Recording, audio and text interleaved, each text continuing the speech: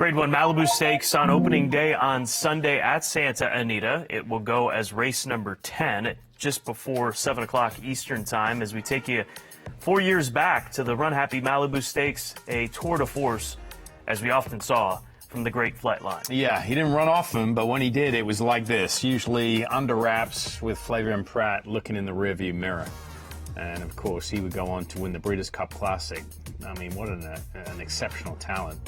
To win like that at 7/8 and stretch that speed all the way out to a mile and a quarter. And we can look forward to his first crop of 2-year-olds next year in 2026 after lighting up the Keeneland September sales ring. Yeah, the word on the street is that the weanlings look good, right? The yearlings look good. Looking forward to seeing him compete next week. As far as big winners through the years, obviously recapping Flightline from 4 years ago, City of Light, Run Happy, the champion sprinter, Shared Belief, and then The Bid back in 1980 with one of the most eye-catching performances we've ever seen in the Malibu. I would say The Bid and Flightline are kind of in a same era universe. Of their own. Yeah. And then Twirling Candy still holds the track record, which I didn't realize until about a couple of days ago. Still holds that 7/8 track record, 119 and 71/100. If I'm not mistaken, that was back during the synthetic era when Twirling Candy won. I might be confusing it with another. No, I think you're right. Candy. No, I think you're right. For what it's worth. Let's take a look at the field for this year's Malibu. And trainer Bob Baffert, he's got 5 in a field of 10, with arguably his best opportunity being Barnes, who was able to bounce back with a strong performance at Keeneland back in the fall. Yeah, won the Perryville, crushed the Perryville. They were straight 3-year-olds, so he gets one last chance against his peer group here, like most of these. Now let's take a look at that. That was back on the 18th of October, and he was coming off what many thought was a very disappointing effort in the Gallant Bob. I mean, he regressed big time there for whatever reason.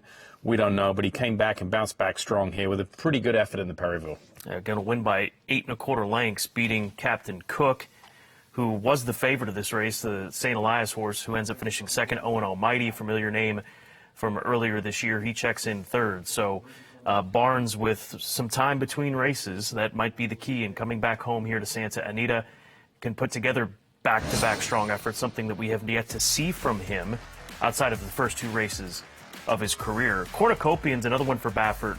What cornucopian do we get in this race? Because he was an impressive debut winner, and then start 2 of his career runs in the Arkansas Derby, and then his comeback race in a small field of 3, he ends up finishing third.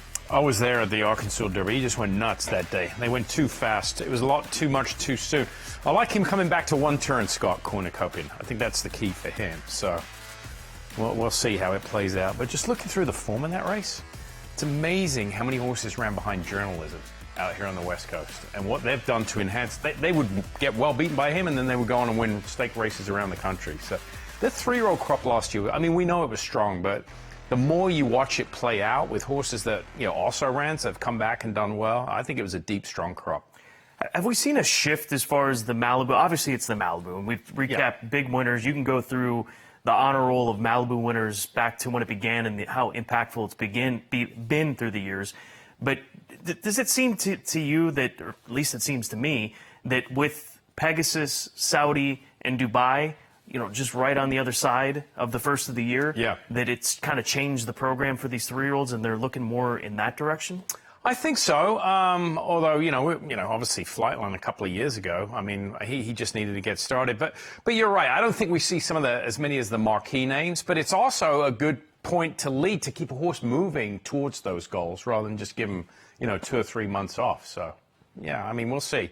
I think some of that stuff where a race loses its status or it's not quite as strong, it's year to year. It's luck of the draw, I think. Well, I mean, the last year Raging Torrent wins. He would go on and win the Met Mile, so that form is backed up. I mean, it is the definition of a grade 1. And here are the 2 horses we were just talking about for Bob Baffert, 2 of the 5 that he has in the Malibu.